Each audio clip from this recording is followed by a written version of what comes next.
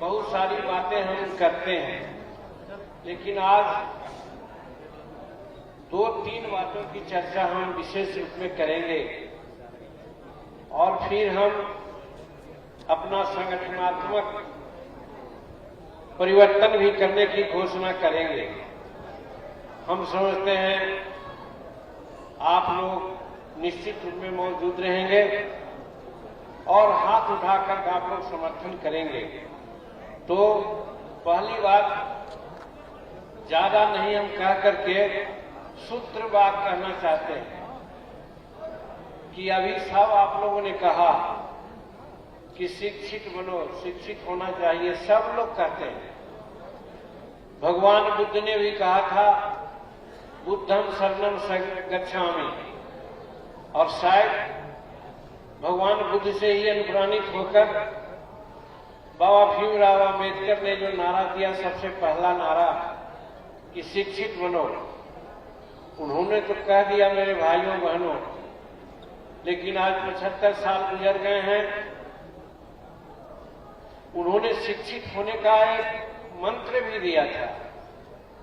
लोहिया जी ने भी एक मंत्र दिया था। क्या मंत्र दिया था बाबा भीमराव अम्बेडकर साहब ने? कि कॉमन स्कूलिंग सिस्टम होना चाहिए, सबको समान शिक्षा होनी चाहिए। और लोहिया जी ने तो यहां तक कह दिया था कि राष्ट्रपति का बेटा हो या भंगी का संतान, सबको शिक्षा एक समान।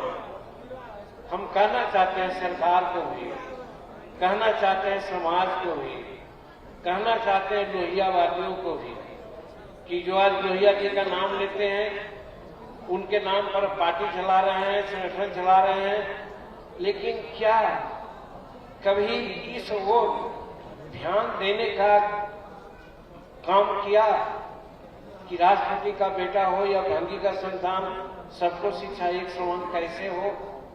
कोई किसी ने आज तक जरूरत नहीं दी है। उसी प्रकार से बाबा भीमराव अम्बेडकर की जयंतियां हम मना रहे हैं, जय भीम बोलते हैं, लेकिन बाबा साहब ने जो हमको अक्ल सिखाया था, गुण सिखाया था शिक्षा का कि शिक्षित बनो, कैसे? उन्होंने भी कहा था कॉमन स्कूलिंग सिस्टम। तो आज 75 साल आजादी के हो गए मेरे भाइयों बहनों। समान स्कूली शिक्षा के लिए या राष्ट्रपति का बेटा भंगी का संतान एक बराबर शिक्षा होनी चाहिए? क्या इसके लिए कोई पार्टी, कोई संस्था, कोई संगठन आवाज उठाने का काम किया? आप लोग अपने दिल में सोचिए। आज हमारे 131 MP हैं, आज 1000 कई एक विधायक हैं। क्या ये जो शिक्षा की बात करते हैं, अम्बेडकर साहब का नाम लेते हैं और लोहिया जी का नाम लेते हैं, तो एक आंदोलन भी तो चलता कि भाई कॉमन स्कूलिंग सिस्टम चलाओ या राष्ट्रपति का बेटा भंगी का संतान एक शिक्षा समान हो, ऐसा कोई आवाज उठाया? तो हम यही कर सकते हैं, आप भी दिल पर सोचो, कोई नहीं उठाया। इसका मतलब है कि सत्ता में रह करके आज हम भी उसमें शामिल हैं। सत्ता में रह करके हम लोग बेईमानी किया है, आप गरीबों के साथ घोर अन्याय किया है, जो ये दोनों बातों को आगे बढ़ाने का काम नहीं किया। लेकिन मेरे भाइयों, कितना दिन तक ये बात चलेगी? जीतन मांझी अपने जीवन के आखिरी दौर में है। ये बात सही है कि जब तक मेरे मुंह में लफ्ज है, आवाज है, ये आवाज तो हम उठाएंगे, लेकिन आवश्यकता है बिहार के नौजवानों को, चाहे शेड्यूल कास्ट हो, शेड्यूल ट्राइब हो, या अति पिछड़ा हो, या वैसे गरीब लोग, जिसके बारे में हमारे हिंदुस्तानी अवाम मोर्चा सेकुलर का प्रियम्बुल है, हमारी घोषणा है कि दुनिया में 2 ही जात है, एक गरीब है और एक अमीर है। तो अमीरों के लिए जो हो रहा है आज हम आप सब देख रहे हैं, और गरीबों के लिए जो आज स्थिति है हम आप भोग रहे हैं। देख नहीं रहे हैं, भोग रहे हैं। अब इस चीज को आगे हम अगर बढ़ाएंगे तो बहुत समय लगेगा। चाहे राजनीतिक रूप में हमको सताया जा रहा है, शैक्षणिक रूप में तो देखा ही गया कि जब दो महानुभावों की बात को न करके आज कैसी शिक्षा दी जा रही है। आज जो गरीब का बच्चा है, हमारा दलित का, अति पिछड़ा का, आदिवासी का, वो सरकारी विद्यालय में पढ़ता है। बहुत दुख लगता है मेरे भाइयों जब इस बात को हम कहते हैं, तो कुछ लोग इसको ऐसा पेंट करके चलाते हैं कि यही लगता है कि जीतन मांझी कोई बहुत खराब बात बोल दिया है। बहुत दुख लगता है लोगों को। लेकिन हम ये कहना चाहते हैं कि आज सरकारी विद्यालयों में हमारे बच्चे जाते हैं पढ़ने के लिए, क्या सुविधा है। कुछ भवन बन गए हैं, लेकिन उसके बाद भवन तो बन गए हैं, चाहे जिस कारण से वो भी कहेंगे तो लोगों को दुख लगेगा। उसमें अब सामान भी, एसेसरीज भी दे दिए गए हैं, लेकिन हम सुना है, देखा है, स्कूल में कंप्यूटर है, पढ़ाने वाला कोई नहीं है। तो आखिर कैसी शिक्षा दे रहे हैं? ये हमारे गरीब बच्चों का है। और गरीब बच्चों का मतलब है सभी जात में गरीब जात गांव में रहने वाले लोग, जिसको पहुंच प्रखंड, जिला और प्रदेश नहीं है, वो सब उनके बच्चे वहां पर महरूम हो जाते हैं। वैसी परिस्थिति में आज क्या होता है, हमारे बच्चे जहां आगे जाना चाहिए नहीं जा पाते। आरक्षण तो दिया गया है, लेकिन आरक्षण कैटेगरी में भी हम नहीं खड़े हो पाते हैं। और दूसरे ओर जो अमीर के बच्चे हैं, चाहे जिस जात का हो, पढ़ाते हैं पब्लिक स्कूल में 20 लाख, 25 लाख, 30 लाख, 15 लाख रुपया सालाना दे करके वो बच्चे को पढ़ाते हैं। अब तुम ही सोच लो मेरे भाइयों बहनों कि 20 लाख, 25 लाख रुपया दे करके पढ़ने वाला बच्चा का जो इंटेलेक्ट है, बुद्धि है वो, और हमारे बच्चे जो सरकारी विद्यालय में बैठ करके खेलते हैं, कबड्डी खेलते हैं, मास्टर 12 बजे जाता है और 2 बजे भाग जाता है, वो बच्चे कैसे पढ़ेगा, ये हम आपसे जानना चाहते हैं मेरे भाइयों। तब अब कोई बोल नहीं रहा है। जीतन मांझी पागल हो गया है, हमको कहीं कहीं तो लोग पागल भी कहते हैं।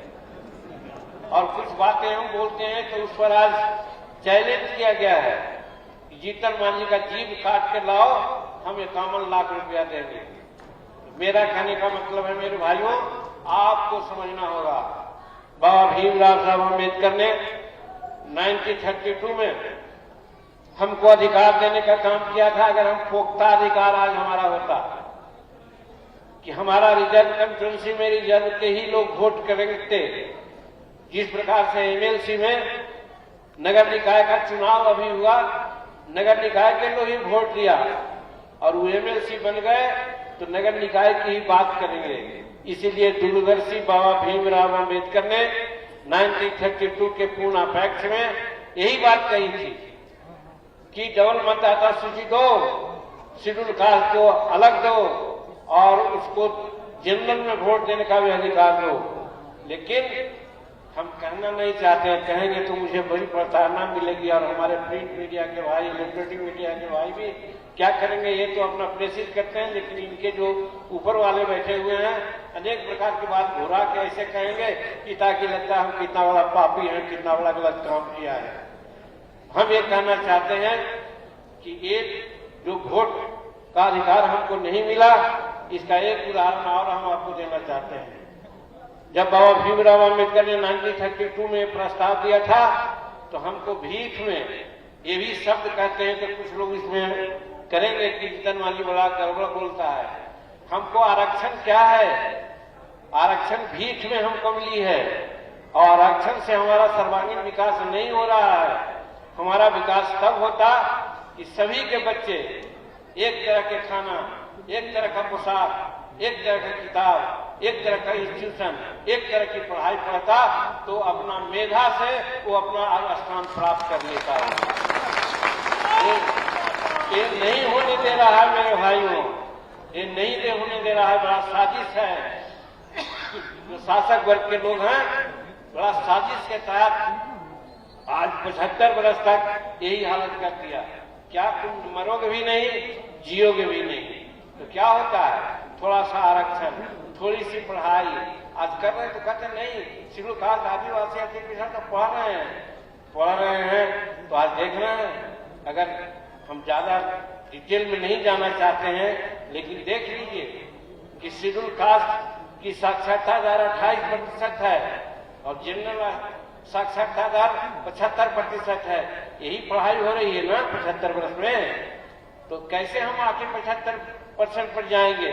इसके लिए मेरे भाइयों और नौजवान साथियों, तुमको आंदोलन करना पड़ेगा। हम आज के इस दिन में जो चेतना रैली है बाबा भीमराव अंबेडकर के जन्म दिवस के अवसर पर हम चेताना चाहते हैं आपको कि जब तक आंदोलन नहीं करोगे तुमको कॉमन स्कूलिंग सिस्टम कोई नहीं देगा, और कोई नहीं देगा तो फिर तुम जहां हो वहीं रहोगे। 75 साल गुजर गया, 75 साल और गुजरेगा तो भी तुम्हारी यही हालत रहेगी। तो इसलिए हम कहना चाहते हैं, इसको भीमराव अम्बेडकर साहब ने कहा था, हमको उपाय भी बताया था। आज हम कहाँ करते हैं, हम बोलते हैं तो बड़ा दुख लगता है लोगों को कि ये मनुवादी लोग एक व्यवस्था में जाति पार्टी में बांट दिया। हम एक माता पिता के औलाद हैं, अगर माना जाए तो ब्रह्म देवता हैं, उनके सब हम औलाद हैं, मनीष शत्रुपा के औलाद हैं, तो फिर ये जाति पाति कौन बात है? तो जाति पाति हम पर शासन करने के लिए लोग बना दिया है और आज हम लोग शासित हो रहे हैं। यही हम आपसे कहना चाहते हैं मेरे भाइयों, यही चेताना चाहते हैं, यही चेतना लाना चाहते हैं कि तुम भी समझो हम एक माँ बाप के औलाद हैं और कॉन्स्टिट्यूशन में समान अवसर का मौका दिया है। समान अवसर लो और समान अवसर प्राप्त करने के लिए जो बाबा भीमराव ने कहा था कि तुमको राजनीति रूपी चाबी को पकड़ना होगा। अगर राजनीति रूपी चाबी नहीं पकड़ाएगी तो निश्चित है कि तुम्हारा विकास नहीं होगा। जीतन मांझी आगे बढ़ जाए, कुछ और लोग आगे बढ़ जाए और हमारे 2-4% लोग बढ़ जाएं, लेकिन हम 25% है, उसका क्या होगा? आज वही हालत है कि उनको न रहने की जगह है, न खाने की जगह है, न उनकी दवा की है। रोज हल्ला हम लोग करते हैं, रोज कहते हैं कि सब कुछ दे रहे हैं, लेकिन हो रहा है कहाँ? फटेहाल लोग होते हैं, खाना नहीं मिलता है, दवाई नहीं मिलती है, शिक्षा नहीं है। तो कहने का मतलब हम लोग त्रासदी में गुजारा कर रहे हैं। तो इसलिए मेरे युवा भाइयों, डॉक्टर अम्बेडकर के संतान और अनुयायियों, चेतो, वही चेताने के लिए आज ये रैली हो रही है कि ताकि चेत करके तुम आंदोलन करो और चुनाव जब आवे एक होकर के वैसे पार्टी को, ऐसे लोगों को तुम वोट दो जो तुम्हारे इन बातों को आगे बढ़ाने के लिए साथ देता है। इसके बिना काम नहीं चलेगा। वहां फोड़ेगा लोग, वहां फोड़ेगा पैसा के नाम पर, दारू के नाम पर और सब चीज के नाम पर। बहकते आए हैं हम लोग, अब मत बहको, अब मत बहको। एक आया है, हम लोग पढ़े थे कि 4 गज 24 गज अंगुल प्रमाण, एते पर सुल्तान खड़ा है, मच्चू को चौहान। उस वार चुका तो दुर्गति हुई देश की, अवर वार चुकोगे तो दुर्गति होगी देह की। आज हम लोग की देह की दुर्गति होने की स्थिति है, इसलिए चुकने की जरूरत नहीं है। एक बात यह है, और दूसरी बात अभी कहना चाहते हैं, हम संक्षेप में कहना चाह रहे हैं कि अभी वर्तमान में हम एनडीए के साथी हैं, एनडीए के घटक दल हैं, लेकिन जो आरक्षण हमको मिला भी, जिसको हम कहते हैं आरक्षण 10 वर्षों के लिए मिला था, 20 वर्षों के लिए मिला था, प्रलोभ नहीं करना था, इसलिए कि बाबा साहब का कहना था कि कॉमन स्कूलिंग सिस्टम होगा तो 20 वर्ष के बाद, 25 वर्ष के बाद हमारे शेड्यूल कास्ट, शेड्यूल ट्राइब, सभी पिछड़ा अन्य लोग अपना बल पर सारा काम ले लेंगे, कर लेंगे, आरक्षण की कोई जरूरत नहीं होगी। लेकिन अभी वो बात नहीं हुई है। आज 75 साल हो गया, कई 10 करके आगे बढ़े, लेकिन आज क्या हो रहा है मेरे भाइयों? दुख लगेगा, क्रिटिसिज्म होगा मेरा, कहेगा लोग जीतन मांझी पगला गया है, कहते हैं। तो आज देखो 1960 के दशक में सरकारी जो सेवाएं थी वो करीब करीब 60 या 70% थी। तो हमको 16%, 14% की जो आरक्षण का मिला था लाभ, हम उसमें कुछ करते थे। लेकिन आज क्या हो रहा है? आज चाहे एयरप्लेन हो, चाहे तेल कंपनियां हो, चाहे कोयला खदान हो, चाहे फाइनेंस कंपनियां हो, सारे चीज प्राइवेट क्षेत्र में जा रहा है। प्राइवेट क्षेत्र में जा रहा है। बाबा साहब का नाम लोग लेते हैं, बाबा साहब के बारे में जयंती मनाते हैं, लेकिन बाबा साहब यही कहा था क्या कि खाली नौकरी में दो आरक्षण? उन्होंने तो कहा था विकास के हर क्षेत्र में आरक्षण दो। तो क्या आज निजी क्षेत्र में आरक्षण मिल रहा है? अगर नहीं मिलेगा निजी आरक्षण में तो कुछ दिन के बाद अंगूठा दिखलाया जाएगा आरक्षण का, तुमको कोई आरक्षण नहीं मिलेगा, तुम्हारा कोई आरक्षण नहीं मिलेगा। ये दिन ऐसा होगा, उस दिन तुमको आंदोलित होना पड़ेगा। हम कहना चाहते हैं कि जो चेतता है वही किसान है। पहले चेतो, यही चेताने के लिए आज हम लोग हैं कि आरक्षण तुम्हारा खाया जा रहा है, आरक्षण तोड़ा जा रहा है, छीना जा रहा है, संविधान के साथ खिलवाड़ हो रहा है। बाबा साहब का दिया हुआ ये संविधान को लोग मसल रहे हैं, इसके लिए भी तुम चेतो। और आज इस मंच से हम मांग करते हैं कि अगर बहुत हमारे प्रति हमदर्द है आप, और आपको मांग करना चाहिए, आंदोलन करना चाहिए कि भाई निजी क्षेत्र में भी हमको आरक्षण दो, तब कि हमारा काम पूरा होगा, नहीं तो हम चैन से नहीं बैठेंगे। ये संकल्प आज लेना होगा। तो निजी क्षेत्र में नहीं है। दूसरी बात आप जानते हो मेरे भाइयों, एक जुडिशियरी कहते हैं जिसको न्यायपालिका कहते हैं। आज समूचे हिंदुस्तान में 127 परिवार या 28 परिवार है, कुछ आगे पीछे ही है, उसी का राज है। समूचे जज जितने भी हैं हाई कोर्ट में या अपर कोर्ट में, सब कोई वही लोग है। वहां आरक्षण नहीं है हमारा, छोटे छोटे नीचे वाला में है, लेकिन उच्च न्यायालयों में हमारा आरक्षण नहीं है। हमारे बहुत लोग इधर उधर घूमते हैं, जब यहाँ से पैनल जाता है तो सब दूसरे का जाता है, शेड्यूल कास्ट में नहीं जाता है, तो कोई जज नहीं होता है। और अब होता है क्या कि शेड्यूल कास्ट के लोग कोई गलती नहीं करते हैं और ये जानते हैं कि पढ़ा लिखा है, ये बहुत बोलता है, तो झूठ मूठ आपको मर्डर केस में फंसा देगा, और फंसा देगा, 4 को गवाह दिलवा देगा, आपको सजा हो जाएगी। क्योंकि आपको वहां कोई नहीं है जजशिप में कि जो देखेगा, और ये सजा इसीलिए होगी कि वो विटनेस यानी गवाह तैयार किया है।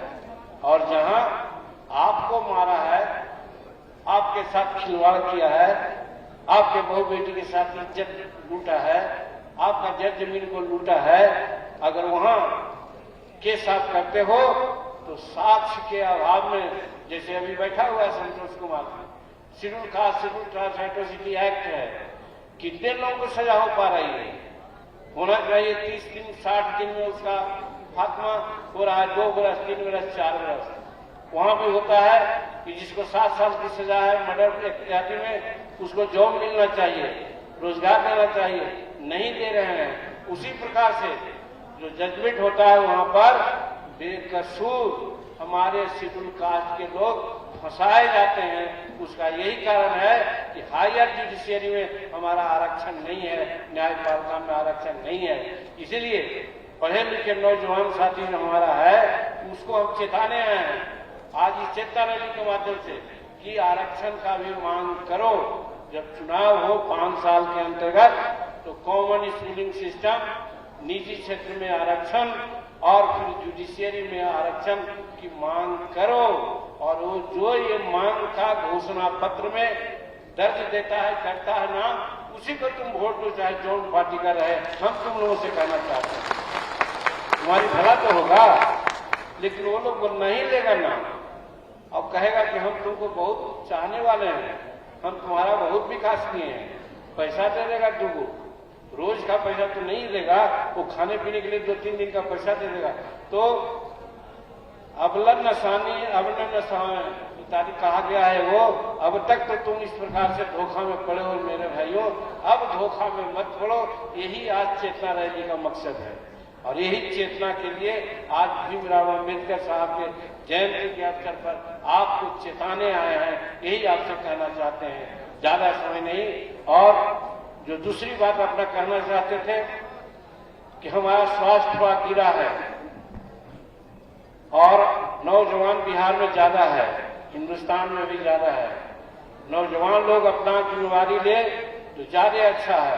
तो आज हम घोषणा करना चाहते हैं, हिंदुस्तानी अवाम मोर्चा सेकुलर का अगला प्रेसिडेंट अध्यक्ष संतोष कुमार सुमन होंगे।